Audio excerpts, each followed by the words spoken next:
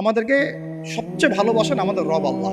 সত্যিকারের ভালোবাসার ডেফিনেশনটা হচ্ছে যে আপনি নিঃস্বার্থভাবে কাউকে ভালোবাসেন। আমাদের আশপাশে যারা আছে, যারা হালাল, ইভেন হালাল, আমার মা, আমার বোন, আমার বাবা, আমার স্ত্রী, আমার ছেলে, আমার মেয়ে, এদেরও যদি কখনো স্বার্থে আঘাত পড়ে, দেখবেন সেও আপনার পাশ থেকে সরে যাচ্ছে। এমন হয় নাই কখনো? আপনার বন্ধু, আপনার ব্যবসার পার্টনার, আপনার বস, আপনার কলিগ, ওদের স্বার্থে আঘাত হলে ওরাও সরে যাচ্ছে পাশ থেকে। জিগরি দোষ সরে গেল পাশ থেকে, হয় না এমন?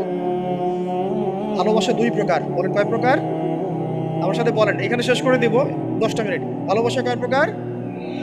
একটা হচ্ছে নিঃস্বার্থ ভালোবাসা।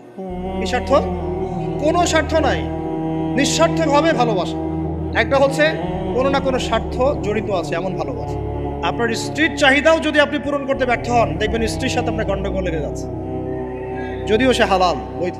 তাই না? এমন হয় না অনেক সময়? আমি তো অনেকদিন বলেছি, অনেকদিন আগেও বলেছি, 5 বছর 6 বছর আগে, যে মানুষ আসলেই মানুষের অবস্থানকে মূল্যায়ন করে। ভিতর থেকে মানুষকে শুধু মূল্যায়ন করে আল্লাহ রাব্বুল আলামিন। না হলে কি হতো? এই যে এত অন্যায় আমরা করেছি, আল্লাহ পাক কি আমাদেরকে ছেড়ে দিয়েছেন, ফেলে দিয়েছেন, গজবে ধ্বংস করে দিয়েছেন? এই যে আল্লাহ পাক যে আমাদেরকে মহব্বত করেন, ভালোবাসেন, তার প্রমাণ এগুলো। আল্লাহ পাক চান যে আমরা যেন ফিরে আসি। আল্লাহ পাক বলছেন, সারা দুনিয়ার সমান গুনাহও যদি সে করে ফেলে, আসমানের সমানও গুনাহ করে ফেলে, খালি তওবা করে ফিরে আল্লাহকে বলবে, আস্তাগফিরুল্লাহাল্লাযী লা ইলাহা ইল্লা হুয়াল হাইয়ুল কাইয়্যুম ওয়া আতুবু ইলাইহি।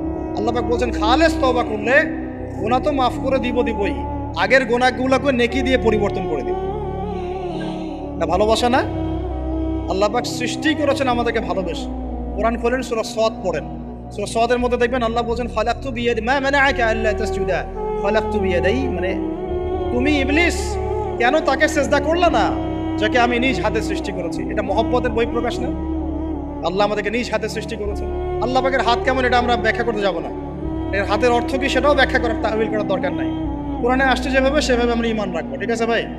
এখানে আবার অনেকে অনেক তালগোল পাকায় ফেলে এবং বিভ্রান্ত হয়ে যায়। এদিকে যাওয়ার দরকার নেই। এখানে বোঝানো হচ্ছে আল্লাহ রাব্বুল আলামিন আমাদেরকে মহব্বত করে সৃষ্টি করেছে। এই পুরো সৃষ্টি জগৎটাই তো আল্লাহর মহব্বতের বহিঃপ্রকাশ। সবকিছু এত নিপুণভাবে চলতেছে, এটা মহব্বতের বহিঃপ্রকাশ না?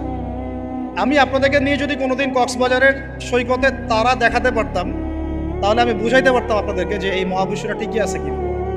তারার মধ্যে একটা গাণিতিক ক্যালকুলেশন আছে যেটা সবাই জানে না। যারা একটু অ্যাস্ট্রোনমি নিয়ে পড়াশোনা করেছে তারা জানে। আপনার মানে মাথার বিবেকই উল্টায় যাবে যে এত সূক্ষ্মভাবে কিভাবে আল্লাহ রাব্বুল আলামিন এই মহাবিশ্ব সৃষ্টি করে। এক চুল এদিক ওদিক হলে পুরো বিশ্ব কায়নাত ধ্বংস হয়ে যায়। এটা কি আল্লাহ পাকের মহব্বতের পরিপ্রকাশ না? আল্লাহ পাক তো বরং বলেছেন পুরো সৃষ্টি পরিবারটাই আল্লাহর আল্লাহর পরিবারের অন্তর্ভুক্ত। এমনকি আল্লাহ পাক আমাদেরকে বলেছেন, তোমরা জমিনবাসীর সবার উপর রহম করো। ইরহামু মান ফিল আরদ ইয়ারহামুকুম মান ফিস সামা। তোমরা সবার উপর রহম করো, দয়া করো। দয়া, রহম, এটা তো মহব্বতের একটা অংশ। তোমরা সবার উপর দয়া করো, রহম করো, মহব্বত করো।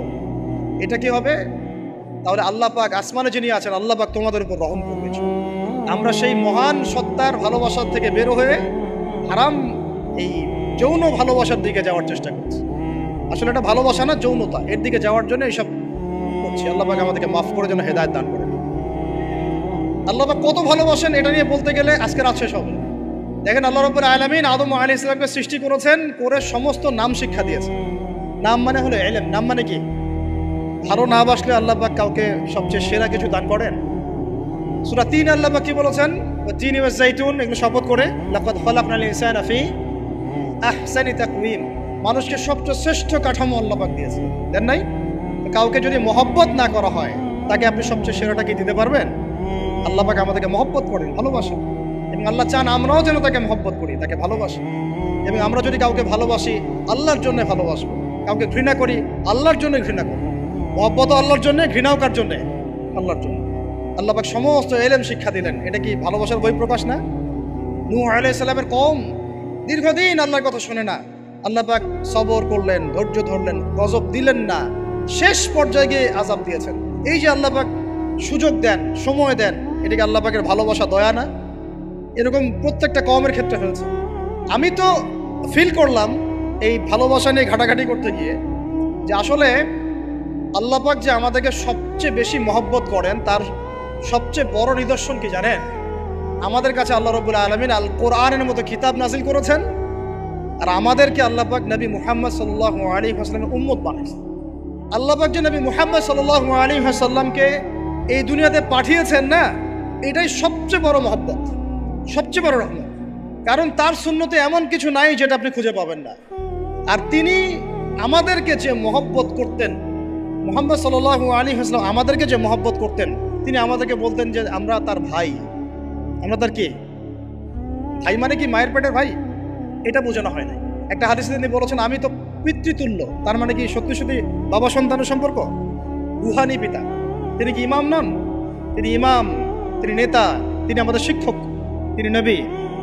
তো তিনি আমাদেরকে যে মহব্বত করতেন, তিনি একদিন বলছিলেন নবী সাহাবীদের সামনে, কাশ আমি যদি আমার ভাইদেরকে দেখতে পেতাম। সাহাবীরা বলছেন, ইয়া রাসূলুল্লাহ, আমরা কি আপনার ভাই না? তখন নবীজি বলছেন, না, তোমরা আমার সাহাবী। আমার ভাই তারা যারা আমাকে না দেখেই আমার প্রতি ঈমান নিয়ে আসে। প্রত্যেক নবীকে আল্লাহ পাক একটা দোয়া করার চান্স দিয়েছে। কয়টা ভাই? এমন একটা দোয়া যেটা করলে আল্লাহ পাক কবুল করবেনই করবেন। করলে আল্লাহ পাক কি করবেন? অবশ্যই কবুল করবেন। নবী সাল্লাল্লাহু আলাইহি ওয়াসাল্লাম বলছেন যে সমস্ত নবী এই দোয়াটা পৃথিবীতে করে ফেলেছে, আমি এই দোয়াটাকে মুলতবি রেখেছি যে কাল কিয়ামতের মাঠে আমি আমার উম্মতের জন্য সুপারিশ করব ইনশাআল্লাহ। এবং নবী সাল্লাল্লাহু আলাইহি ওয়াসাল্লামের সুপারিশে বহু কবিরা গুনাহগার মুসলমান যারা জাহান্নামের ফয়সালা হয়ে গেছে, তাদেরকে আল্লাহ পাক কিছুটা শাস্তি ভোগ করালে হলেও আবার জান্নাতে নিয়ে আসবেন। তিনি আমাদেরকে মহব্বত করেন না? করতেন না?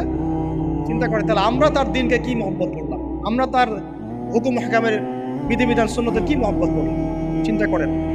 একটা হাদিসে নবীজি স্পষ্ট করে বলছেন এটা আমাদের জন্য একটা কষ্টি পাথর। এটা একটা কি কষ্টি পাথর। তিনি বলছেন, লা ইউমিনু আহাদুকুম, তোমাদের মধ্যে কেউ মুমিন হইতে পারবে না। কি হইতে পারবে না? মানে প্রকৃত মুমিন হইতেই পারবে না তোমরা। হে আমার উম্মত, তোমাদের মধ্যে কেউ প্রকৃত মুমিন হইতেই পারবে না যতক্ষণ না হাত্তা আকুনা আহাব্বা ইলাইহি মিন ওয়ালিদিহি ওয়ালাদিহি ওয়ান নাসি আজমাইন, যতক্ষণ না আমি মুহাম্মদ সাল্লাল্লাহু আলাইহি ওয়াসাল্লাম তোমাদের কাছে নিজের কি সন্তান, নিজের বাবা মা এবং সমস্ত মানব জাতির থেকে বেশি প্রিয় না হচ্ছে। হাদিসটা আবার বলি, নবীজি বলছেন কেউ ততক্ষণ পর্যন্ত প্রকৃত মুমিন হতে পারবে না যতক্ষণ না আমি মুহাম্মদ সাল্লাল্লাহু আলাইহি ওয়াসাল্লাম তার কাছে তার সন্তান, তার পিতা, এমনকি সমস্ত মানব জাতি থেকে বেশি প্রিয় না হচ্ছে। আমরা যারা আগামীকালকে এইটার প্রিপারেশন নিয়েছি, আসলে কি আমাদের কাছে নবী প্রিয় বেশি না আমাদের দুনিয়ার স্বার্থ বেশি প্রিয়? যারা এগুলো করবে তাদের কাছে কি সত্যি নবী প্রিয়? তাহলে তারা করতে পারতো না। যদি নবী আমাদের কাছে সবচেয়ে বেশি প্রিয় না হয়, আমরা মুমিন হতে পারছি না। আর যাদের কাছে নবী প্রিয় তারা কখনো এমন হারাম কাজে যেতে পারবে না। যারা যাচ্ছে তারা কখনোই নবীকে ভালোবাসেন না, কোশ্চিনকালেও। শোনেন, উমর রাদিয়াল্লাহু আনহুর নাম শুনেন নাই? বললে অনেক কথা ভাই, অনেক কথা, কোনটা রেখে কোনটা বলি। উমর রাদিয়াল্লাহু আনহু একদিন এসে বলছেন, খলিফাতুল মুসলিমিন, মুসলিমদের তিনি খলিফা। জান্নাতের সুসংবাদপ্রাপ্ত 10 জন সাহাবীর একজন। জান্নাতের সার্টিফিকেট পেয়েছেন পৃথিবীতে কয়জন সাহাবী? একটা হাদিসে একসাথে 10 জন। ওই 10 জনের অন্যতম একজন, যিনি এমন শাসন ব্যবস্থা পৃথিবীতে প্রতিষ্ঠা করেছিলেন যার মতো মিসাল এখন পর্যন্ত পৃথিবীতে আর দেখা যায় নাই। একটা হাদিসে আসছে যে রাস্তা দিয়ে ওমর হাঁটে ওই রাস্তা দিয়ে শয়তান হাঁটে না। কি বুঝলেন? শয়তান যদি দেখে ওই যে ওমর, ও আর ওই যাবে না ওই রাস্তা দিয়ে। এই হচ্ছে ওমর ইবনে খাত্তাব। আমার পরে কোনো নবী নাই। নবীজি বলছেন আমার পরে কোনো নবী নাই, লা নবিয়্যা বাদি, আমার পরে কোনো নবী নাই। যদি হতো তাহলে ওমর হতো, যদি হতো তাহলে ওমর হতো। অন্য একটা হাদিসে আসছে আমার পরে কোনো নবী নাই, তবে তুমি আমার, এটা অন্য সাহাবী সম্পর্কে, আলী ইবনে আবি তালিব সম্পর্কে, তুমি আমার জীবনে তেমন মূসার জীবনে হারুন ছিল যেমন। এটা হচ্ছে আলী ইবনে আবি তালিব। এখানে কথা হচ্ছে উমর রাদিয়াল্লাহু আনহুর মতো মানুষ নবীর কাছে এসে বলছেন সাল্লাল্লাহু আলাইহি ওয়াসাল্লাম, ইয়া রাসূলুল্লাহ ওয়াল্লাহি লা উহিব্বুক, আল্লাহর কসম করে বলছি আমি আপনাকে অনেক মহব্বত করি, ইল্লা মিন নাফসি, আমার নফসের চেয়ে বেশি না। মানে আমি আমার জানের চাইতে আপনাকে বেশি মহব্বত করি না। কথা কি বুঝতে পারতেন কি? মানে আমি আপনাকে অনেক মহব্বত করি ইয়া রাসূলুল্লাহ, সব কিছু থেকে বেশি মহব্বত করি, কিন্তু আমার নিজের জানের চেয়ে বেশি না। নবী সাল্লাল্লাহু আলাইহি ওয়াসাল্লাম বলেন, লা ইয়া উমর, এখনো মুমিন হওনি। কাকে বলছেন? কাকে বলছেন? জান্নাতের সার্টিফিকেট প্রাপ্ত একজন মানুষকে। লা ইয়া উমর, এখনো হওনি। তখন নবী সাল্লাল্লাহু আলাইহি ওয়াসাল্লামকে তিনি একটু পরে আবার বলছেন, ইয়া রাসূলুল্লাহ ওয়াল্লাহি আলান, এখন লা হাব্বা ইলাইয়া মিন কুল্লি শাই হাত্তা মিন নাফসি, এখন থেকে আপনি আমার কাছে সবচেয়ে বেশি প্রিয় সবকিছু থেকে, এমনকি আমার নফসের থেকেও বেশি প্রিয়। তখন নবীজি বলছেন, আলান ইয়া ওমর, এখন ওমর, এখন তুমি মুমিন হলে। তাহলে যারা আমরা নবীর সুন্নতের খেলাফ এইসব অপসংস্কৃতি, নোংরামি, জেনা, ব্যভিচার, কনসার্ট, নাটক, সিনেমা, পরকিয়া, এইসব তথাকথিত ভালোবাসা দিবস, এই জেনা দিবসগুলো পালন করছি, আমরা কি আসলেই নবীকে ভালোবাসি? আমরা কি সত্যি আল্লাহকে ভালোবাসি? আল্লাহ পাক আমাদেরকে বোঝার তৌফিক দান করেন, জাহিলিয়াত থেকে ফিরে আসার তৌফিক দান করেন। এরকম প্রচুর ঘটনা। ভালোবাসা তো এগুলোর নাম। ভালোবাসা কাকে বলে জানেন? সাহাবীরা বাসায় যেতেন, আবার দৌড় দিয়ে আসতেন নবী সাল্লাল্লাহু আলাইহি ওয়াসাল্লামের চেহারাটাকে দেখার। এটা নাম ভালোবাসা।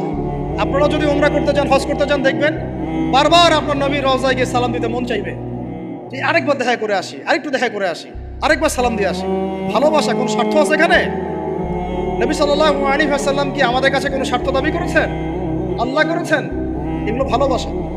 এই ভালোবাসা হলো প্রকৃত ভালোবাসা। আর এগুলো যেটা চলছে এটা হচ্ছে যৌনতা। এগুলো কি চলছে? যৌনতা। ভালোবাসার নাম দিয়েছে এখন যৌনতা। এগুলো ভালোবাসা না, এগুলো পাশবিকতা, প্রবৃত্তির দাসত্ব। প্রবৃত্তি মানে মন যা চায় তাই করতে যাচ্ছে।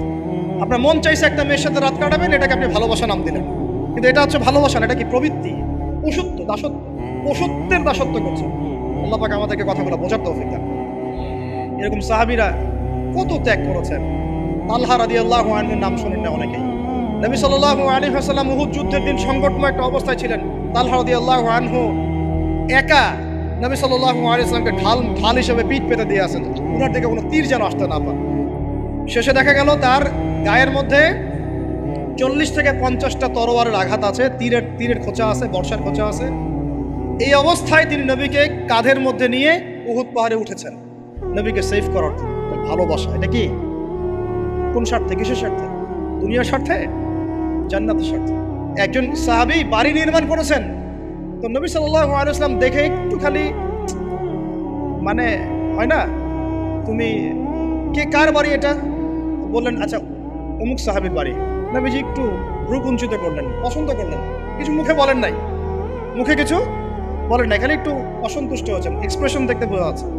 তখন ওই সাহাবীকে জানানো হলো, তোমার বাসার সামন দিয়ে তো আল্লাহর নবী সেদিন হেঁটে গেলেন, তারপরে আমার বাসা দেখে, তোমার বাসা দেখে আল্লাহ নবী সাল্লাল্লাহু আলাইহি ওয়াসাল্লাম অসন্তুষ্টি প্রকাশ করেছিলেন। মুখে কিছু বলেন নাই, এক্সপ্রেশন ছিল একটু অসন্তুষ্টি। 3 দিনের মধ্যে সেই বাড়ি ভেঙে গুড়িয়ে দিয়েছে। যেই বাসা দেখে আল্লাহ নবী সন্তুষ্ট হন না, আমি বাসা রাখবই না। ভালোবাসা কিসের জন্য? কার জন্য? কার স্বার্থে বলেন? আল্লাহর জন্য, জান্নাতের জন্য, আল্লাহর স্বার্থে, আল্লাহর জন্য। কতগুলো বলে শেষ করবো আপনাদেরকে। সাদ বিন আবি ওয়াক্কাস রাদিয়াল্লাহু আনহু উহুদ যুদ্ধের দিন এইরকম করে তীর নিক্ষেপ করছেন। আল্লাহ নবী বলছেন, ইয়া সাদ, হে সাদ, তীর ছোড়ো, তোমার জন্য আমার পিতামাতা কুরবান হোক। আশপাশে 9 জন ছিল, তার মধ্যে একজন করে শহীদ হতে শেষে 2 জন বেঁচে থাকলো, সাদ বিন আবি ওয়াক্কাস, তালহা বিন উবাইদুল্লাহ রাদিয়াল্লাহু আনহু। এগুলো তারা কেন করেছেন? ভালোবাসার জন্য। ভালোবাসা এগুলোর নাম। কতগুলো বললে শেষ করবো আপনাদেরকে বলেন। নবী সাল্লাল্লাহু আলাইহি ওয়াসাল্লামের কাছে একজন সাহাবী আসেন ইসলাম কবুল করতে এসে হাতের মধ্যে কিছু বালা, আংটি থাকে না, এগুলো ছিল, এগুলো খুলে ফেলে দিয়েছেন নবী সাল্লাল্লাহু আলাইহি ওয়াসাল্লাম, খুলে ফেলে দিয়েছে। তো একটা খুব দামি সোনার আংটি ছিল, ফেলে দেওয়ার পরে অনেকে বলছে তুমি তো এখন মুসলিম হয়েছো, ইসলাম কবুল করেছো, তো আচ্ছা ঠিক আছে, ওইটা না হয় নবীজি পড়তে নিষেধ করেছেন, তুমি ওইটা নিয়ে বিক্রি করে দাও, বিক্রি করে না হয় ওই টাকা দিয়ে অন্য কিছু করো। বলছেন কখনো না, আমার হাত থেকে আল্লাহ নবী খুলে একটা জিনিস ফেলে দিয়েছেন, আমি সেটা আবার নিতে যাবো? কিসের জন্য এগুলা? এটা ভালোবাসা, মহব্বত। আল্লাহ পাক এটাই কোরআনে বলছেন, কুল, আপনি হে নবী আপনি বলে দিন, ইন কুনতুম তুহিব্বুন আল্লাহ, তোমরা যদি আল্লাহকে মহব্বত করেই থাকো, আল্লাহকে সত্যিকার অর্থে ভালোবেসেই থাকো, ভালোবাসা দাবি করেই থাকো, ফাত্তাবিউনি, তাহলে নবীর আনুগত্য করো, ইউহিব্বুকুমুল্লাহ, তখন আল্লাহ তোমাদেরকে ভালোবাসবে, ওয়া ইয়াগফির লাকুম যুনুবাকুম, তোমাদের সব গুনাহ আল্লাহ মাফ করে দিবেন, আল্লাহু গফুরুর রহিম। এই হলো ভালোবাসা। ভালোবাসা মানে কি? ভালোবাসা মানে হচ্ছে আস-সামউ ওয়াত তাআ, আমি নবী এবং আল্লাহ এবং তার রাসূলের কথা শুনবো এবং আনুগত্য করব, শুনবো, এবং এর নাম ভালোবাসা। শুনবো, আনুগত্য করবো, তাহলে আমরা কি শুনবো, কি আনুগত্য করবো? আমাদেরকে প্রথমে কোরআন পড়তে হবে, কোরআনের অনুবাদ জানতে হবে, কোরআন অনুযায়ী জীবন করতে হবে, 5 ওয়াক্ত নামাজ পড়বো ইনশাআল্লাহ, হালাল খাবো, যাকাত দিব, রমজানের সওম রাখবো, নবীর সুন্নাহ অনুযায়ী জীবনযাপন করব, এবং সুন্নাহ বিরোধী, কোরআন বিরোধী, ইসলাম বিরোধী কোনো কাজে আমি লিপ্ত হব। এই তো ভালোবাসা। এই ভালোবাসা যদি বহিঃপ্রকাশ ঘটাতে আমরা ব্যর্থ হই, নিজেও ধ্বংস হব, পরিবার